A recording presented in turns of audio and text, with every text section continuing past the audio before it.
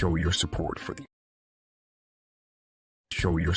the Untold Radio Network family of shows and join in on the conversation by using super stickers and super chats on YouTube. Got a question you want answered? Ask it live via a super chat and get real-time responses from our show's knowledgeable hosts and guests. Help keep the Untold Radio Network shows running strong. We need your support. Send your super chats and stickers now. Hi there and welcome to Untold Radio. This is Down South Anomalies. I'm extremely excited and extremely freaked out. This is episode 29 and we have an actual visionary in our midst. We do. Can you pronounce this man's name properly for me? You are dyslexic at times. It's Alex Proyas, and he is the director of... so many astounding films. Absolutely. I mean, this man must have been aware that he was a cult director from day one. Mm-hmm. Spirits of the Air, Gremlins of the Clouds, The Crow, wrote, produced, directed Dark City, iRobot, Garage Days, The Knowing, The Gods of Egypt. Yes. This is Australia, Yep. Sydney's Terrence Malick, Mm-hmm. David Lynch, Mm-hmm. Donald Cameron. Mm-hmm. This man All rolled into one. All rolled into one. And we are so humbled and privileged to have him on our episode. Can you bring Mr. Proyas in? Here we go. Alex, how are you? So glad Hi. to have you on Down South Anomalies. Thank you for the lovely welcome. And yes, I did want to become a cult director. I'm actually almost disappointed. Well, I am actually bitterly disappointed if I ever make a movie that doesn't become a cult movie. Because I sort of set out to do that. So nice of you to notice that. Well, you know, that's something that is very difficult to achieve because I believe that the ingredients to become a cult director are basically defined by the audience. Mm-hmm. So even if you set out to do that, it doesn't mean you're going to become that person. But all your films have a sense of extraordinary longevity because of their absolute uniqueness. Yes, and look, I think it's because I was inspired by directors who are cult directors. You know, I mean, Jodorowsky and Louis Buñuel and Andrei Tarkovsky, David Lynch. You know, they're the filmmakers that I aspired to be like, and so I very naturally fell into making films, telling stories. I mean, I guess you got to be a little eccentric to start with, which helps, you know. But I very much wanted to emulate those filmmakers' work because I admired them so much. So I've pretty much done that in with everything that I've done. Even my most commercial work, I'm fundamentally an experimental filmmaker, as I think a lot of those filmmakers that I mentioned have been as well. So I like to bounce around from genre to genre and try different things. I never want to make the same movie twice. I feel like, you know, there's enormous pressure by people who like your work and studio people and people who finance your work to just do the same thing all the time. If you've had a success with it and then never do the thing that you've had no box office success with. Yes. But I like to push myself and try different stuff every time because I get easily bored. I'm easily, you know, distracted and easily bored, and so I like to try something that I haven't done. I don't quite know how to do, and play with that, you know, for a while. So. Alex, I don't think you've emulated one of those directors we've spoken about. I think what you've done is you've cut a very unique path. And that makes us feel extremely honoured, especially if we're from native Australia, where you've ended up calling home for a long, long time. And all your films have an extraordinary uniqueness, but they seem to sort of slip into the world of the supernatural, the anomalous. I mean, even a film like Garage Days, to me, speaks highly about the whole esoteric notion of music and community, and really means a lot to me growing up in Sydney in my teenage years. I think I'm a little older than you, but they've run parallel to my life, And I've felt extremely proud that we have a visionary director in our midst. And when you initially started, you were doing all sorts of things, but you did some really pioneering film clips. Can I just ask you briefly about that? Were you involved with Jim Thirlwall scraping fetus off the wheel? And did you do Ricky's Hand? Was that right for Fag Gadget? No, well, Ricky's Hand. Look, I did a film, made a film with that as a soundtrack in film school, Right. just because I like the track, and we actually ended up reaching out to Daniel Miller of Mute Records, who released the track, released and had I guess a deal with Daniel Miller, sorry, I'm blanking on the name. With Fag Gadget. Yeah, Fag Gadget, but that chap, Yeah, his name's blanking on me too. Yeah, so yeah, let's move on. Frank Tovey, yeah. That's right, yes. It's all in there somewhere. It's just a long time ago. It is. It's the download gets more and more difficult at times. Yeah, that's right. And so he hadn't made a video. I mean, he was a very indie level person, and he hadn't made a video. So he said, yes, you can use it for your film school project. And then we ended up sending it to them, and they loved it. They really loved the video. It was just an sort of experimental time lapse thing that we'd done, and I think they ended up using it. In fact, years later, Frank Tovey passed away a while ago, and his daughter reached out to me and said, "Can I put it on his?" They were doing like a video compilation of all of his music, and I said, "Absolutely." So it's the best possible way to make a music video, which didn't start off as a music video but became one. And I'm glad you clarified that, because that has really gone out there and become a bit of mythology. So I'm glad to be clear about that. But I knew you'd resonate with such an exceptional, experimental, groundbreaking artist as Frank Tovey, that music today his music from the 80s sounds to me as current as everything else. Now, you have some incredible initiatives that have gone up recently that run parallel alongside of Mystery Clock. And one of them is the Heretic Foundation. The other one is Vidiverse. And I would love to discuss extensively with you about Vidiverse. But before we get there, you and I met initially over a co-production you were doing with Oracle Pictures, Robert Reynolds and Victor Gentile, for a TV pilot called Conspiracy.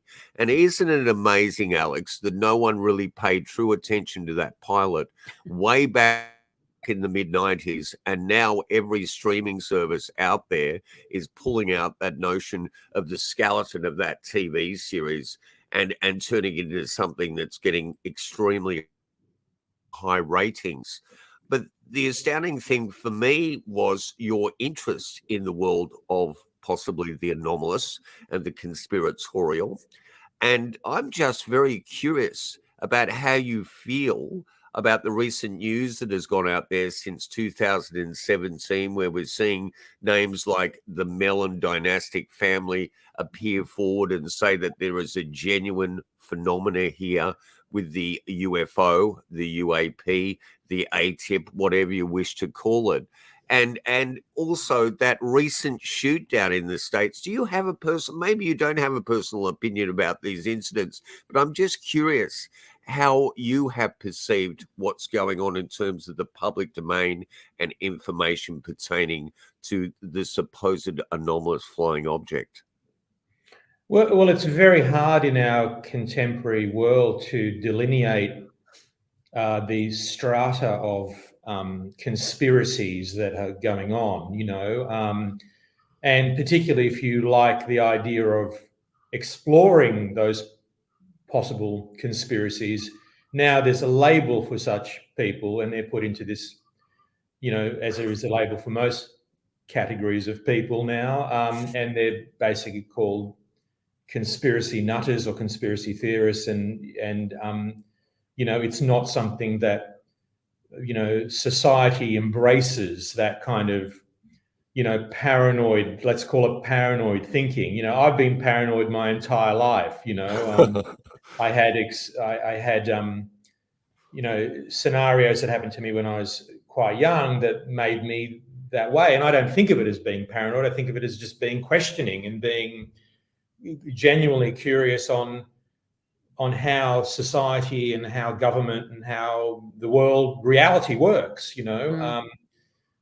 So look, as I say, I have increasing difficulty. The older you get, the more you learn, the less you know, kind of thing.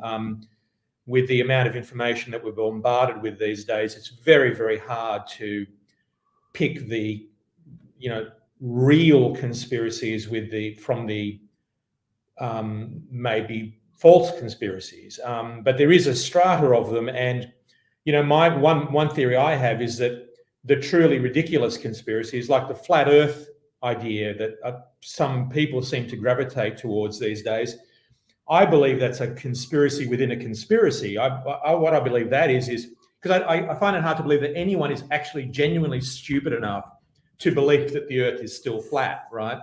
And I've sort of I've been touched by those conspiracy nutters, because apparently I have this running motif in my films of the flat Earth, from Dark City to Gods of Egypt.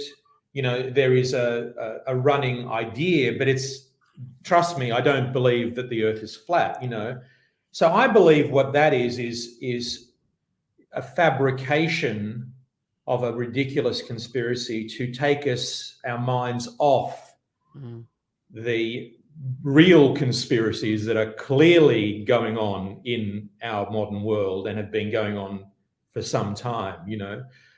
Anyway, that's just one crazy theory. No, that's you know not what? crazy at We all. actually feel the same way. It's a bit of a Yeah. wag the dog scenario, and a lot of people have labeled it as a psychop, and it seems so absurd that a society that was genuinely in the first quarter of the 20th century seen so foolish and ridiculous should end up becoming this mainstream motif. And it makes you wonder, if you go back to the original etymology of the word paranoia, I think Heightened perception. it means heightened perception. Yeah. And we're talking about, I think the word conspiracy, we actually have to find another word for it, because initially all that was a great piece of investigative journalism.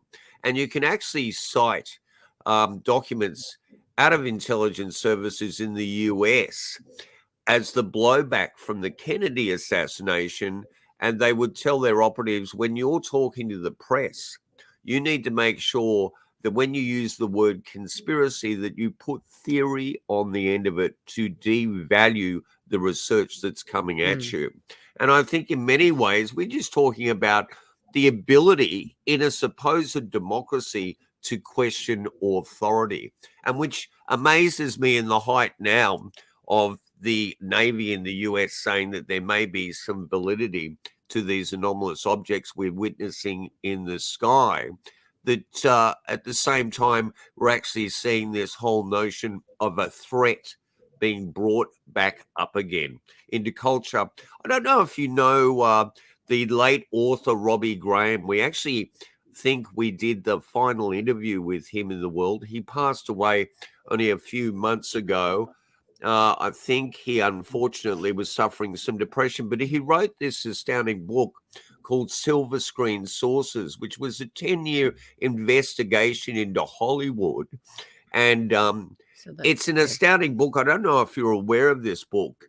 And for the first time ever, someone with genuine academic credentials did a very serious study of the way that films dealing with that information may actually have a knock at the door and a revision of their script or their production or a reworking of the final sequence of their film, said that this film is pinging on national security. And you've dealt with a lot of topics, especially iRobot. Have you ever had moments that you've found that you've stepped over the line and people want to come in and do a revision of your script or control your production for reasons of supposed national security? That hasn't happened. No, because it's the studios on those types of productions. The studios are all over you anyway. There's a whole legal department that makes sure that you don't. And it's more corporate stuff than top secret, government information that you might be imparting, because we're not in a position to impart that anyway. The only anecdotal thing I've heard is when Kubrick was making Dr. Strangelove, they had I think FBI, CIA, or someone paid them a visit because apparently the inside of the bombers, the B-52s, which they just kind of made up, they had no idea what the inside of a bomber looked like, or how it functioned, how the tech functioned to drop bombs and all that sort of stuff.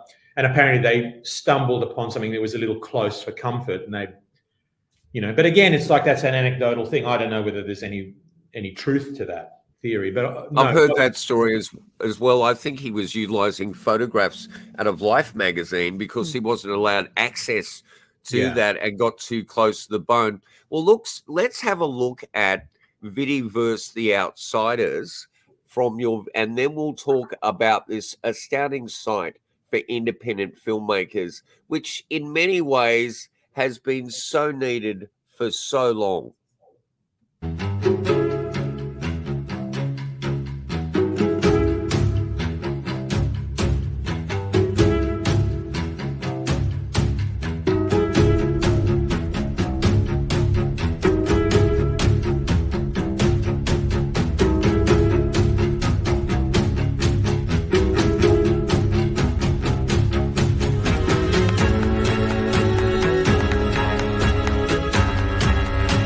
There we go.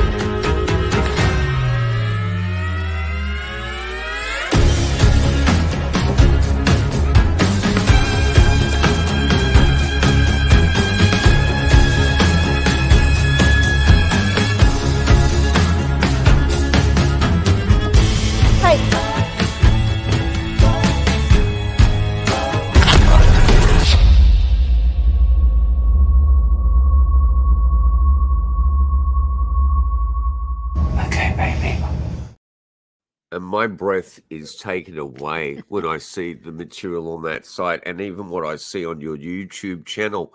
Tell us about Vidiverse, Alex. Vidiverse has been going for a little over a year, and it's a curated film platform, filmmakers platform. So I've so far picked all the films that end up on the site. Though I must say I'm getting to saturation point now, and I'm going to have to start relying on others to help me. Yeah, look, it's just me wanting to encourage indie filmmakers. It's predominantly short films, but we're getting an increasing number of features now, and these are films that they're just basically. I mean, my criteria is films that I like, that I think are cool, that are doing something interesting. So it's all coming from my own aesthetic and my own desire to see clever filmmaking, new ideas and original thoughts, etc., etc. So we're not a genre specific. We cross genres. There is a tendency towards the fantasy and science fiction, just because that's kind of the stuff that I like. But there's even documentaries there as well. And again, I say it's to encourage filmmakers, because for me, it's like there's, I've judged a bunch of film festivals around the world over the years, and through COVID, I was actually judging them via the internet, of course. And so I was aware of the quality of these amazing films that you never, other than doing the festival circuit, you never see them. No one gets to see them. They just vanish into the bottom drawer of the filmmaker's bedroom or whatever. So I wanted to give those films a platform, because they're genuinely great. I mean, the quality is stunning, and having run Vidiverse now for a while, I'm blown away by filmmakers who make this stuff for like on the smell of an oily rag, and do extraordinary stuff, not just in terms of brave visionary filmmaking, but even just the quality of the techniques used are incredible, So yeah, it's a way to get them seen, but it's also a way, we hope, to monetize these films, because other than them putting them on YouTube or something like that, some get lucky enough to get some platform to buy them for a period of time, but they're not going to receive a lot of revenue, and that's not why the filmmakers are doing it. So we're trying to monetize the platform and make it.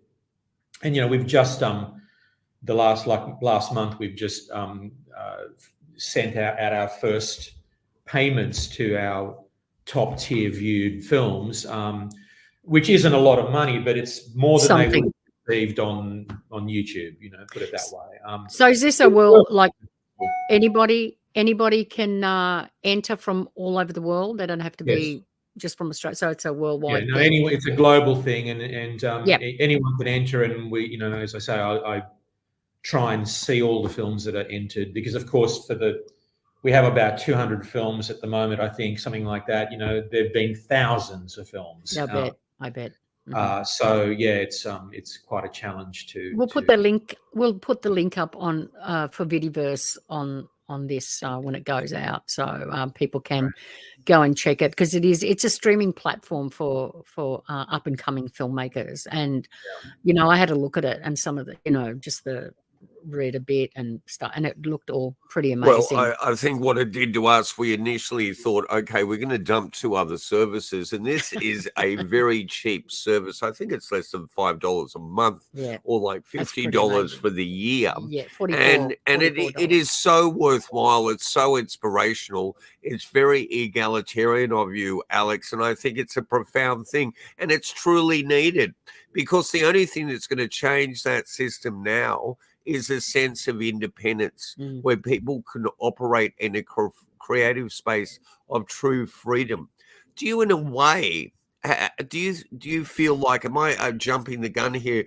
Have you turned your back on Hollywood in terms of what you're motivated through the Heretic Foundation now and Vidiverse?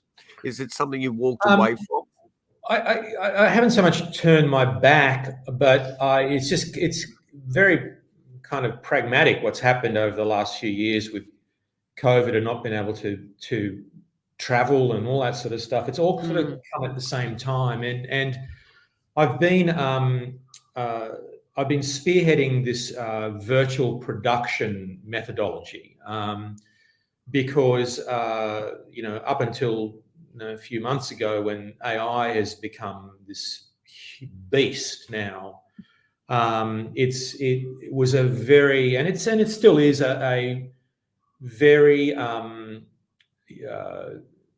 efficient way of making films. You can make them faster, and you understand the basic principle, which is you either project an LED screen behind the actors, or a green screen, and you create the environments in a computer, and then you track the camera to the computer, so live you can actually move the camera around and it all moves in perspective.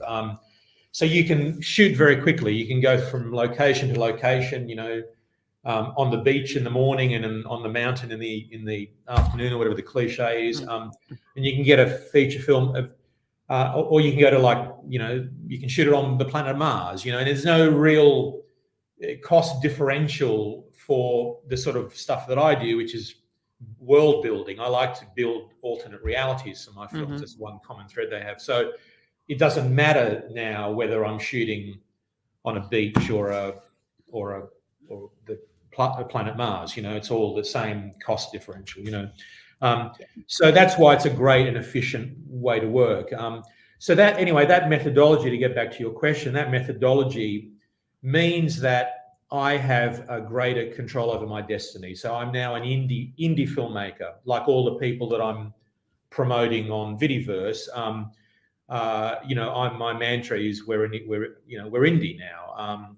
I'm not a gun for hire as I was with the studios, and even with those guys. I mean, like Gods of Egypt was the biggest independent film made, but it was still a studio basically putting the production together. Now, because I've lowered the cost of production, I have complete autonomy with the stories I'm telling. And what I've said to my people, my peeps in LA, my Hollywood managers and agents, etc., is I don't want to read anyone's scripts. I don't want any scripts to come to me. I don't care, because quite frankly, the type of film that Hollywood can help me make, they don't want to make anymore. The large scale, visionary, original IP, which is what I do. I like to create a world and work out how it all looks and what the actors are going to be wearing and the sets look like. That's dead. That is no longer exists. Now Hollywood is literally, and it's going to be fascinating when Marvel dies, because it looks like it's dying at the moment. Wow. And I've been saying this for years. I've been saying that when Marvel goes, Disney are making a huge botch up of all their IP as well. The endless regurgitation of IP that they've made countless versions of. The luster of Marvel is going. So when that goes, there's nothing to replace it. There is nothing Hollywood is producing right now to replace it. And that's when the indie world is going to come into its own. And schmucks like me, who are building a new model of production from the ground up, which is exactly what I've been doing now for the last 4 or 5 years. And Heretic Foundation is my virtual production studio, is one part of that, one component of that. Vidiverse is another component of that. I hope that we will be embraced, and we don't even really need to be embraced, because, I mean, as you can understand, if I can get Vidiverse to a level that I'm hoping we can get it to, which is a dedicated streamer that supports individual filmmakers' brands. That's the next tranche of what we're building the site to do. And my brand is part of the Vidiverse brand, as well as all the other filmmakers. We don't need Netflix. We don't need any of these other big time players, to happily show my commercial content, my, Gods of Egypt and whatever. And yet I receive no residuals as a film. Well, that's frightening. I don't see, the streamers do not pay a cent of residual. So the streamers have killed the home video market, which was the DVD, the Blu-rays, which is where that's what allowed filmmakers like me to survive between movies, because we'd get a stipend from all the video sales. If you had a successful movie, like I lived off iRobot for a few years, I didn't have to rush into making another movie because I was being paid by residuals. Well, that's gone, right? That model has disappeared. So we have to build, saying I'm turned my back. Well, it's more that the commercial concerns of Hollywood have turned their back on filmmakers like me and many other filmmakers, and made it literally impossible for us to survive within their framework. And it's partly because they know their framework's dying. They're more desperate and paranoid about the world than I am. And then this AI thing is like, man, that's Armageddon right there. We just hope that we can, as nimble indie filmmakers, we can ride that wave more successfully than the legacy, content creators. Well, I rambling answer to your question. No, it wasn't. That was a great answer, and I'm really thankful for that insight. And I also believe that, the audience will find you. That audience is nowhere near as stupid as what the mainstream mind thinks they are. And they at times will be searching for material that has a certain edge to it and a uniqueness to it. And in many ways, an independent production is the only way that's going to be achieved. And I think you've actually really thought out the future very well. If anyone's going to approach AI from a constructive perspective, it's people with your imagination. It's like being a jazz musician. You have to have the foundation stones before you can improvise with this technology. If you go in there blind and think that you can make something out of it, well, you're going to find it's not going to work for you at all. And just like every uplift technologically we get, you know, there is the challenge to guide yourself between the yang and yin of it, the black and white of it. And I think what you've done is not set out to just do a platform for yourself, but for all these other independent filmmakers worldwide. And we totally applaud that. I think it's an astounding achievement. Well, thanks. Thank you. And my ego isn't quite big enough to build a platform exclusively for myself. But, you know, we I think you deserve to at times. I mean, the wife and I... Sorry. With Vidiverse, we say it's for filmmakers by filmmakers, because it's coming at it from the perspective of what would I want as a platform to support me and show my work, and that's what I built, and that will hopefully service everyone, you know. And this whole notion of promoting the filmmaker, because, you know, YouTube doesn't do that for filmmakers. You know, you know, you might, as a filmmaker, putting on, unless you're a influencer or doing podcasts or whatever, that's a whole other industry as far as I'm concerned. But if you're a storyteller, if you're a narrative storyteller in film, you might have a chat. And I tried this. You know, I've been experimenting over the years. I had a channel that had dramatic content, had a lot of my short films on, and I ended up pulling it all and putting it onto Vidiverse, pulling it off YouTube, because you might get one video that does really well, but of course the algorithm on YouTube is increasing over the years, being designed to not help your channel but help your individual film in order to maximize revenue, maximize advertising revenue, which is all they give a shit about, basically. Of course. And so it doesn't help the filmmaker. It's like one film might make you some dollars if you have a few million views or whatever, but it will literally not help your other films, you know. And so again, you know, we're not building sustainable careers for filmmakers. You know, I hope one day, in some golden age soon, and as AI brings the price of creation down and down and down, and can focus it down into like the individual filmmaker, you know, someone's going to be able to churn out IP, their own content that they've created, and actually they could be short films or whatever, and they'll make $1 out of it. They'll actually be able to sustain a lifestyle, you know, which is all we really want. All exploitable filmmakers, all we really care about is we don't want to be rich. We just want to be able to make our next film, you know. So again, that's what Vidiverse is trying to lock into, you know.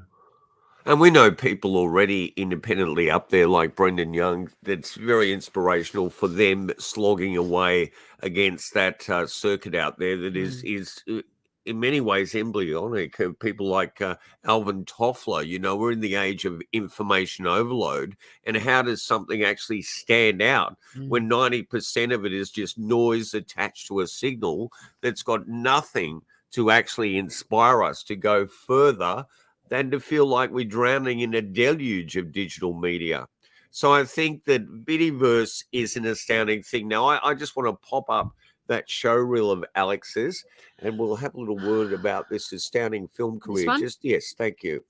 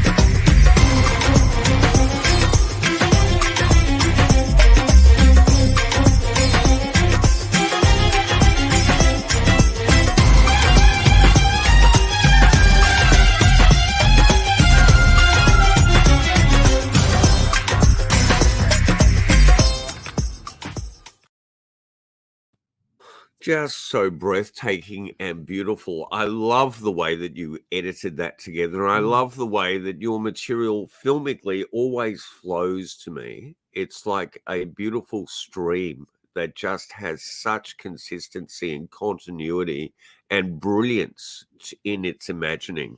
Now, the wife and I were very irate, and I must say this as well, because we're great lovers of the gods of Egypt. And we thought that was one of the most courageous and incredible reworkings of that early history. And Asper, you went to Greek school. Yes, I did. And those gods to you were not just an imaginary thing. No, they weren't. They were supposed to be, that was that was Greek history. So, but, everybody has their own take and their own interpretation of those stories. So, having made something like that, I actually loved the Gods of Egypt. I thought it was a fabulous film. Thank you.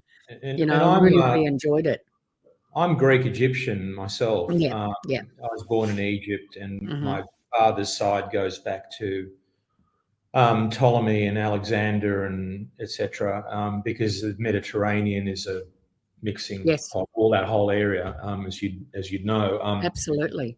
And in fact, in September, I'm being honoured in Egypt. They're flying me over, and I'm being honoured as a lost son of Egyptian filmmaking, which is fascinating to me. Right. Congratulations. Very much looking forward to it. I haven't been back since my parents left the country. In fact, the Egyptian government actually owes my dad some money, so I'm hoping to. Are you collecting? I'm kidding. Yeah. No, I was saying that would be a great way to create a whole incident, a faux pas, and be complete disaster. I could just say, hey, you owe my dad some money, which he didn't when he left the country.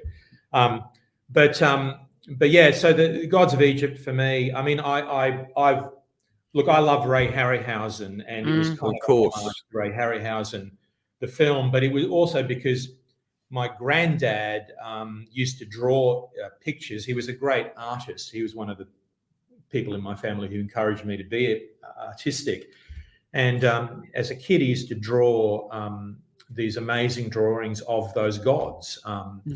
And that's what really inspired me. And because, as you'd also know, the names of the gods that we use in the film are actually Greek names and not the original Egyptian names, Yeah, it's because those cultures are just so interlocked. Intermeshed, yeah, absolutely. Yeah.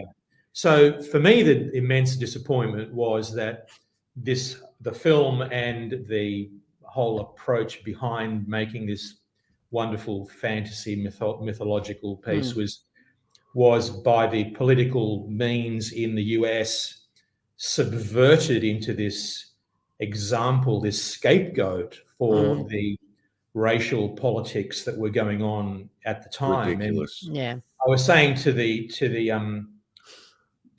when this first hit the project before we released, my response was to the studio, just let me go on TV. I'm Egyptian, and I'm pretty pale. I was certainly a lot pale in those days. And there's this whole, as you might know, there's this whole kind of mythology that has been created where people honestly believe that ancient Egyptians were, sub-Saharan Black Africans, Yes, yeah. And they're just, I mean, that's not true. But in the US, that's an adopted politically correct standpoint, Yeah. So anyway, it was for me, it was a infuriating, and it was literally the moment when, and this was going on when like Trump was running for to get into the primaries or whatever they call it. So it was like the perfect storm was going on.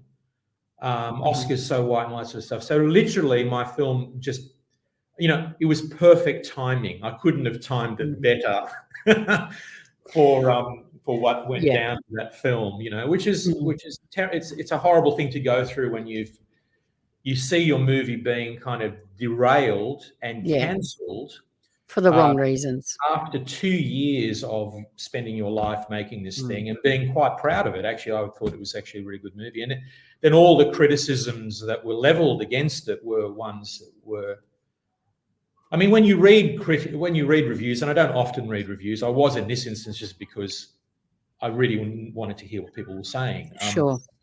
You read reviews of your work, and you're always struck by the fact that it's like they're reviewing another film, right? Because everything that any reviewer is saying, they're seeing the film in their head. They're not seeing what's on the screen, and they're judging it accordingly. That's what reviewers seem to do. Sure.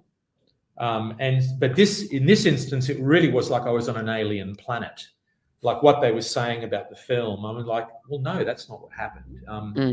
And to me, that was just really, for me, it was like a nail in the coffin of America's culture went off the rails. For me, it was going off the rails before that, but that's when I finally opened my eyes. And I don't live there, so I'm seeing it via the media, but that's when I really went, wow, this is really the division between the left and the right is so extreme now that nothing can bring this back, right? Nothing. No. And here we are years later, we're 6 years later now, and it's literally even worse, right?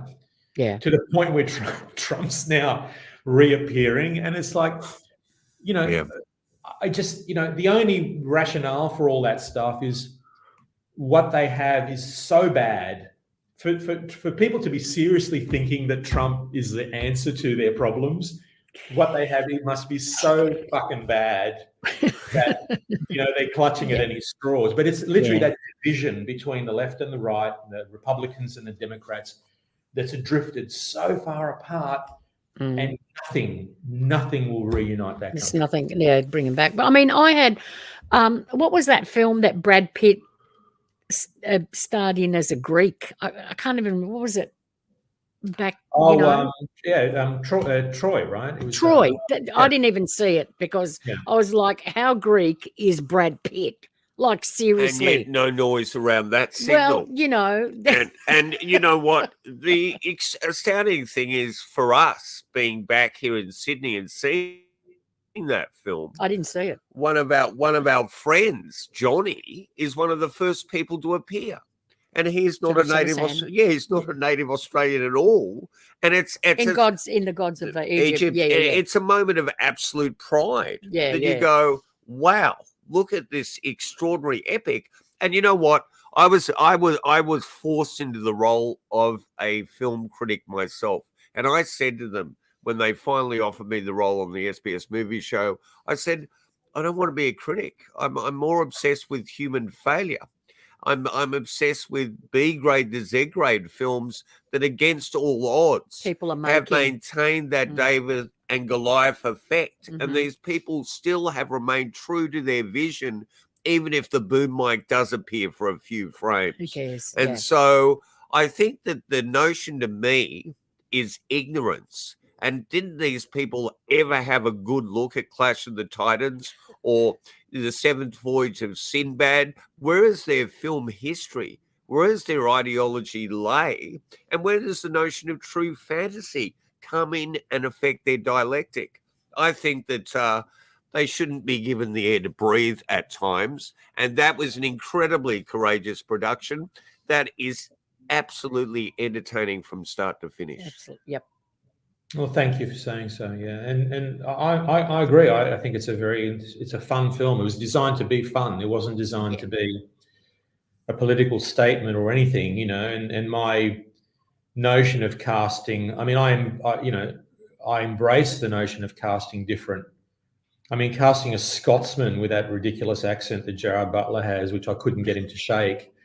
I was like, whatever. I mean, it's like as an Egyptian, it doesn't bother me. And it's like I had all, Elodie Young is a Cambodian. She's a French Cambodian. So I tried to get the worldwide ethnicities in there. I tried to cover all bases, Haven't they ever watched a Sword and Sandal film out of Europe? I mean, have you seen what goes on there? No, of course. Yeah, and there were hundreds of them. Yeah, and they're so remarkable. Yeah. One thing about you as a director and your creative vision, and I'll go to the example of Dark City. Dark City was so ahead of its time, yet it paid homage to what had gone beforehand. And I think that look at the bastardization of the Men in Black motif that happened years later with the Will Smith films, let alone Dark City already had investigated that incredibly rich world of that sort of anomalous character, that shadow figure, that figure that floats into the room. There was so many, it was a bit like Communion for me, and I'm very interested in the real material behind Communion with I the love streamer's Communion. I story. think it's a great film. Yeah. But Dark City did that. It actually hit some sort of raw nerve inside of me, and I could see those motifs, those archetypes were part of my deep subconscious. And you were the first director to actually touch on that for me. That was really Well, ahead of its actually, time. it's weird that you mentioned Communion, because I hadn't really thought of it until you just said it. But it is actually probably an influence to Dark City, and the book more than the film, in fact, because I read the book before I saw the film, and I remember being really that moment in the book where he goes. Where he's talking about a trip to Paris, right? Right. A holiday that he spent in Paris, and then he works out that he didn't go to Paris during that time. So he was somewhere else, obviously.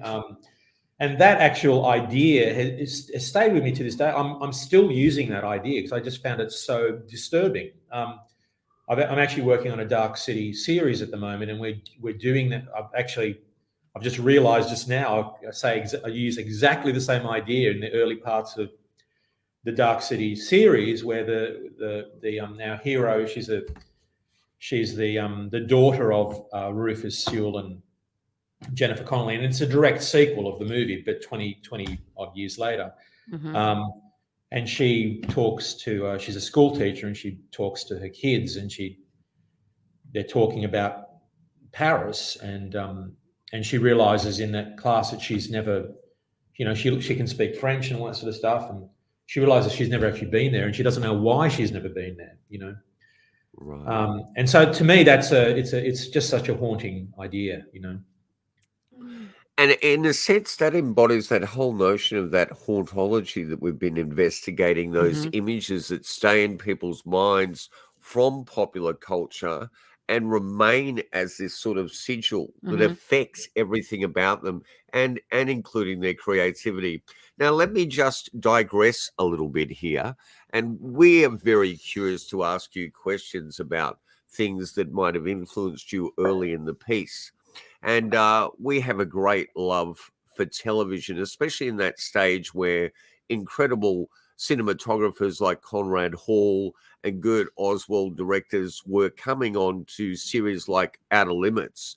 And really, behind Stefano and Leslie Stevens, were actually trying to make feature films within that hour television frame. Were you influenced by things like that? Did television touch your heart growing up in Sydney? Without any question. I mean, excuse me, Outer Limits and Twilight Zone were the two sort of main television influences in an era where really it was either those or Gilligan's Island, for God's sake, or the Brady Bunch, whatever the hell crap they would put on after school. We get all the stuff, and then I would stay up really late to watch the Outer Limits, the Twilight Zone that was being replayed, and then they'd like run a few episodes and then they take it off because they didn't think anyone was watching, and the other show that I loved as a kid was Star Trek as well, the original Star Trek. Wow. And that one, I remember that one was always on at 4:00 on an Sunday afternoon, and so I had endless. My family being very sociable, they'd always go out with a bunch of friends and they go to the beach and have a big meal and whatever, being Greek, Egyptians, etc. That's the sort of stuff they do. And I'm like, I've got to get home to watch Star Trek. This is before the VCR was invented. Like, I've got to get home. It's like I'm going to miss the first 15 minutes. And they're like, settle down, young lad, I'm yeah, so those- excited to hear that. I would love to play you a little piece from a Stefano written episode, Which one's that? Obit. And Oh, right. and let's just see, for the viewers and the listeners that are unaware of this incredible anthology series, there is a great digital box set out Oh, there. there You is, yeah. need to get the Blu-ray. Mm. It is so remarkable. But let's have a look at this and take into consideration AI and technologically where we are now. I think this is the first time ever on the small screen that it was alluded that 1984 premise that they are watching us perpetually. Machines are everywhere. Oh, you'll find them all, you're zealous people. And you'll make a great show of smashing a few of them. But for everyone you destroy, hundreds of others will be built. And they'll demoralize you, break your spirits, create such rifts and tensions in your society that no one will be able to repair them.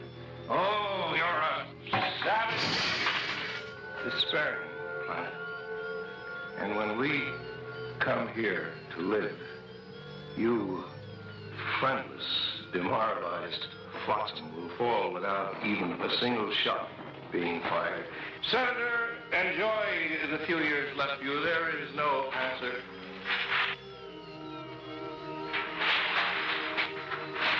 You're all of the same dark persuasion. You demand, insist on knowing every private thought and hunger of everyone. Your families, your neighbors, everyone but yourselves.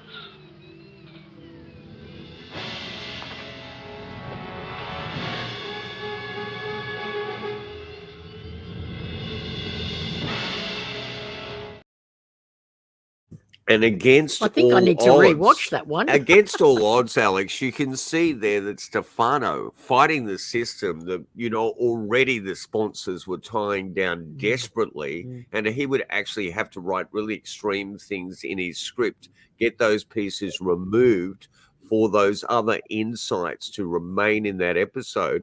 But he's screaming at us really what's literally happening today. And I think that's the profound thing about imaginative cinema and directors like yourself, that they can actually give us an inkling of what the future will be. Yeah, and look, that's great to see that clip. I haven't watched any of those shows for a while, but my good friend David Scow, who wrote The Crow, in fact, and we've done a lot of stuff in the past, he's an absolute authority on the outer limits. In fact, he's written a couple of definitive books about the outer limits. The amazing thing about those shows is literally at the time, I mean, movies weren't doing anything nearly as challenging. That was in an era when TV was safer than the movies, but that little clip that you showed us and pretty much the whole series, I mean, the movies weren't doing anything like that. Science fiction in the movies, that's 60s, right? It's early 60s. 60, what was it, 64? Yeah, early 63, 64. I mean, science fiction movies in the 60s were a bit of a no man's land. They were a bit of a wasteland. I mean, it's not. They were driving fodder. Then. It's only a few years after, like, Forbidden Planet, which was actually that was before. Film. But I mean, you look at that film. I tried to watch it again recently. I tried to show it to my daughter, and it's pretty hilariously cheesy. I mean, it's bad. They had a lot of restrictions brought on that production, but I still think it's a very profound film, even just in its set design and primarily the Lewis and Bibi Barone score. Yeah, conceptually, I agree, but and thematically, I agree, but in terms of its execution, I mean, it's pretty painfully inept. The sexual dynamics that are going on, for sure, are pretty hilarious, and it's. I mean, much worse than I remembered, and that made it impossible. And my daughter thought it was ridiculous, and she's 14 years old, and she's grown up on Alfred Hitchcock movies and everything else from that era. So she's a young person who loves black and white movies, doesn't care. Like, we showed her 12 Angry Men, Sidney Lumet's 12 Angry Men recently, which she was reading the book in school, and she thought it was absolutely fantastic. And you know, not many teenagers you could do that with. It's just because I've conditioned her over the years to like great movies, whether they're black and white or got old-fashioned actors in them or whatever. It's about the movies. And it's a movie with a script-driven. We do that extensively with our grandchildren at a very early age. We make sure before they go to sleep at night, that they are watching black and white films or black and white television. Yeah. So they're not going to have that sort of corrupted perception of like, oh, that's black and white, I don't watch that. That a lot of these film critics write from that corrupted perception. They're never able to step outside of themselves and realize, hold on, I think what I'm talking about here is myself. And just like that great line from Cronenberg's Videodrome, that the cathode ray is the teat to, was it? No, that's the cathode ray is the retina of the mind's eye. Yeah. I've always thought that cinema is that reflecting mirror that is a retina. We are so honored, humbled, and astounded to have you on this podcast. Did we need to now, this podcast comes out of the height of anomalous research in the US. Now, also, quickly, just before we end, I just wanted to have a look at this. I've always had a bit of an obsession, and I was an experimental musician back in the piece. I worked with Graham Revell, who you know scored Sin City, and he had a band called SPK, very notorious noise band. I know Graham. Graham scored The Crow as well. Yeah, that's right. Sorry, I slipped up on that. And anyway, I don't know where I was going, but I can remember performing in the early 80s at Art Unit, and someone did a piece on Francis Bacon, which was all involving his three obsessions: war, meat, and the dictator. These fascinate me, these little segments you've got up on YouTube for people to be inspired by. Let's have a look at Francis Bacon's Hotel, I think it is.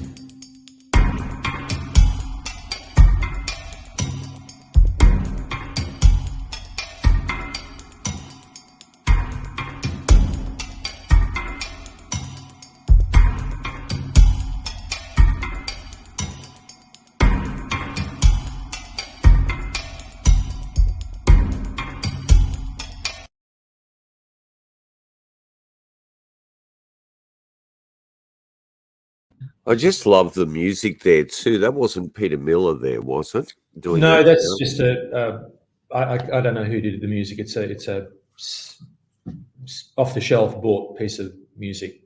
There are these sites now that have great music on them, and you license them basically for. Oh right, yeah. But I'm glad you showed that because that's literally I haven't seen it since I did it, and that's my early days when I started first playing with Midjourney, and it's amazing how it's developed, you know, and literally for me, I was wrestling with the notion that we are, you know, AI is basically being used to repurpose whatever, recycle, plagiarize other artists' work. And so that's why I said Francis Bacon's Hotel, because that's what I was prompting. I was prompting Francis Bacon. And I wanted it to be clear that that's what I was doing. And that's why I say I'm just the curator. AI put it together. I probably shouldn't say AI is the creator, but made by AI or whatever the hell I said. But this is, you know, me coming to grips with, and I made a series of these short films, me coming to grips with the notion of what this thing was, and then how I can use it where I can feel justified as another artist using someone else's work, you know, and you know, cut to only, I mean, that's like only 6 months old, or maybe it's less than a year old, right? Right. Yeah. How far it's progressed, and how many lawsuits there are going on right now about Midjourney and all the other platforms. But also, like, we are now using AI as a fundamental part, as you need to, because it's as I say, it's coming on. It's here. It's a major. It's the way of the world now. It's going to change everything. It already has changed everything. And so we have to use it in our workflow, but we're using it guided by human hands, and we're only prompting IP that is public domain, that it's beyond the and if anything emerges that we can spot that the AI is doing behind our back, so to speak, that's something that is relevant to today's culture, we nix it. We don't use it because it's a huge issue right now.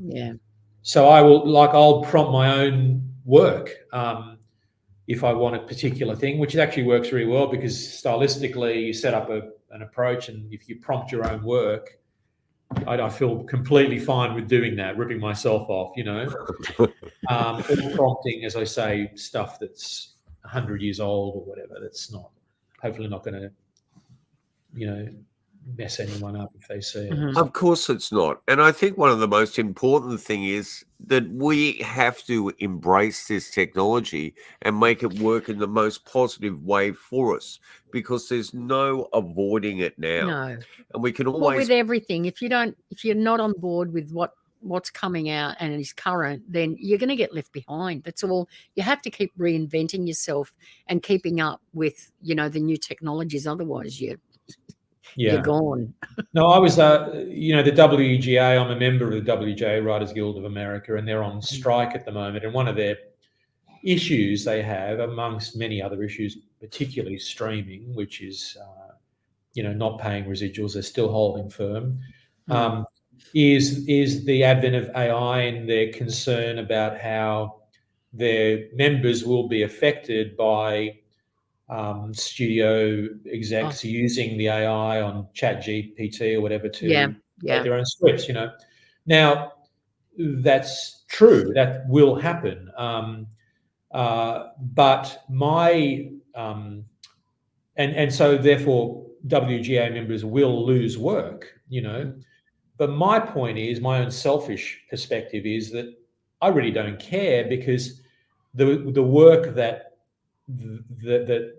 may be replaced by AI is not work that I'd ever want to do, or anyone would ever hire me to do, which is write another season of a successful TV series that's been running for 10 years, where they have multiple scripts they can feed in to the AI, and then the AI will probably do a serviceable job of regurgitating something and good enough for that the audience don't really care, but in terms of coming up, of me getting what's in my brain out onto a page and explaining it to a bunch of other human beings, collaborators, to make an original piece that hopefully doesn't exist outside of my head initially, I still hold that in as high an esteem as I ever have. Even with AI, even with me, as I say, prompting my own work to focus in on a particular image or idea, it's still, to me, no more than I would have done in the past. What the end product will be is, yes, it will help. AI will help it expedite it, streamline it, improve it, but the fundamental soul of that idea is something that I believe artists are in tune with. Some, I don't know, is it a cosmic force? Is it a spiritual entity? I don't know what it is, but I know that the connection that I have with that source, that muse outside of my own psyche, it ain't AI. No. Put it that way, Maybe it's the grand AI if we're all living in some kind of artificial construct, which some people believe we are anyway, Well, no, if it's so much the simulation, but cosmologists and neurologists now are considering that they can actually cite neurologically for our motor skills, in the various hemispheres of the cerebellum, but they're believing that consciousness may exist outside of the body. And so it's that notion of drawing from the Akashic record or the source field, or academics like Rupert Sheldrake would say the morphogenic field out there. Yeah. And when you look at dark matter, which makes up 60% of the known universe, now we've got the James Webb telescope out there showing us what looks like sinews when it looks deeply into dark matter. I don't think it's a long stretch to say that we all seem to be drawing. We're like receivers. And that's the most profound way to do it. I mean, pre-AI, as Hollywood burns itself and eats itself, it's been running in parallel anyway. I mean, you're not going to do a remake of Bewitched, are you? You're not going to end up doing one of those franchises that's just we're going back to something that we feel is successful and then possibly destroy it completely. But iRobot, I just remembered, was an episode of the second season of Outer Limits, which is quite astounding, starring Leonard Nimoy. Now, I'd like to go back to this whole notion of the technology around us and just get quickly your opinion on a 10-second 16mm film from Bluff Creek. This is the original Patterson and Gimlin film, supposedly showing us a parallel hominid that exists.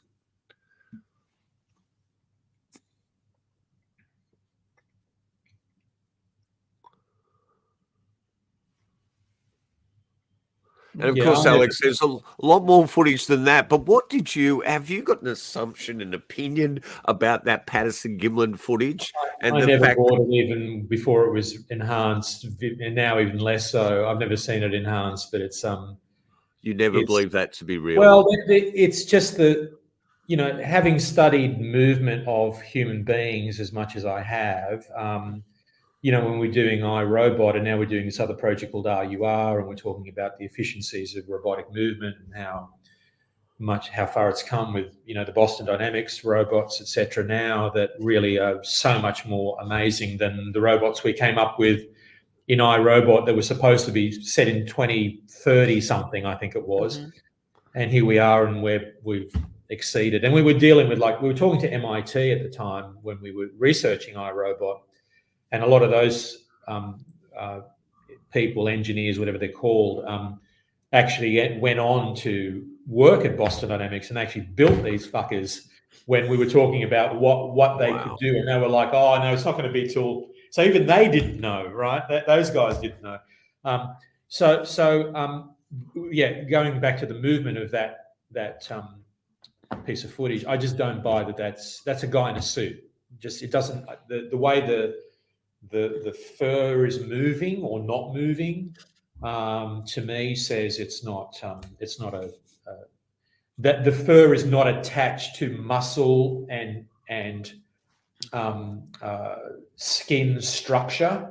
It's free floating. You look at the back and you see that it doesn't move the way it would if it was connected to his muscle structure, right?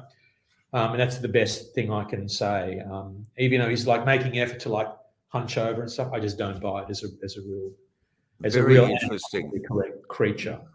Well, you know what? The jury is still not in on that footage. And in the States, and I'm just going to show you a tiny piece of a campaign that Doug Hychek's doing at the moment. He's trying to actually get a documentary up where science will go in. And let's just have a...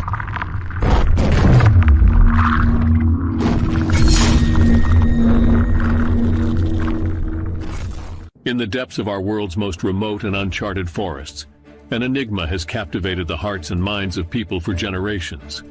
Bigfoot, Sasquatch, Yeti. This legendary creature has been known by many names, but its existence remains one of the greatest mysteries of our time. Now we invite you on a thrilling journey into the unknown with Legend Meets Science 2, a groundbreaking documentary that will change every... Okay, well, Doug Hychek has a campaign, a Kickstarter up there, and it's got 5 days left. And, the interesting thing that's always touched me, Alex, is the eyewitness testimony to all this world of anomalous experience. And I want science to come on board, but I want those narratives to remain free, to be what they are in a world where there's not ridicule. But we need to actually define what is reality and what isn't. Aspra and I cannot thank you enough for your time this morning. We're very humbled and honored to have you in our midst. And when I wrote to you, I said, my God, I think I am punching way beyond my weight here to even ask for your time, because I know it's so valuable. But no, it's a pleasure. It's a pleasure, Jamie. And look, I because I know you and I know the level of intelligence that you approach all this wonderful world with. I'm very, very happy to do it, and thank you. It's been great fun.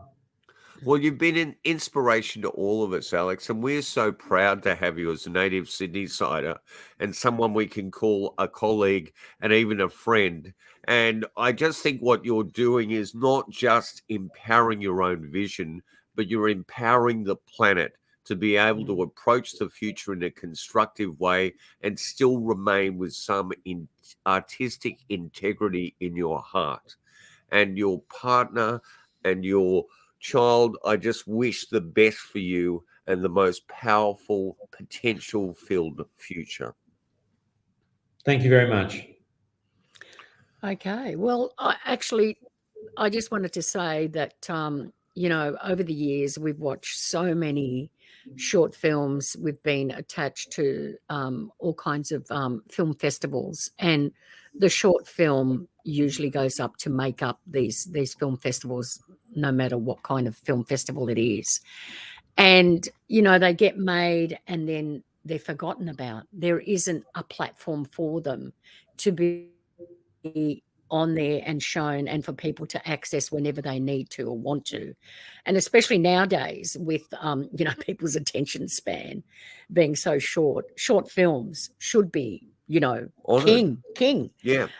So you creating this platform for short filmmakers and to be able to showcase them is actually a really much needed and much, a long coming feature. So thank you for that, for Vidiverse. No, my And pleasure. thank you for everything, Alex. And we just wish you all the power in the world. And you know what? Your creativity will just go on to inspire us all. You are one of the most profound and unique directors, we believe, on the planet. And thank you for being part of this broadcast of Down South Anomalies. Cheers, guys. Thank you very much. Thank you. All right. Well, we will be back next week with another fascinating, I'm sure. It'll podcast. never get better than this, but don't tell them that. All right. And so, all right. Okay. So, yep. See you next week. And take care, Alex, and all the best to your family. All right. And remain safe. Thank you. Yes. Okay. Bye, everyone.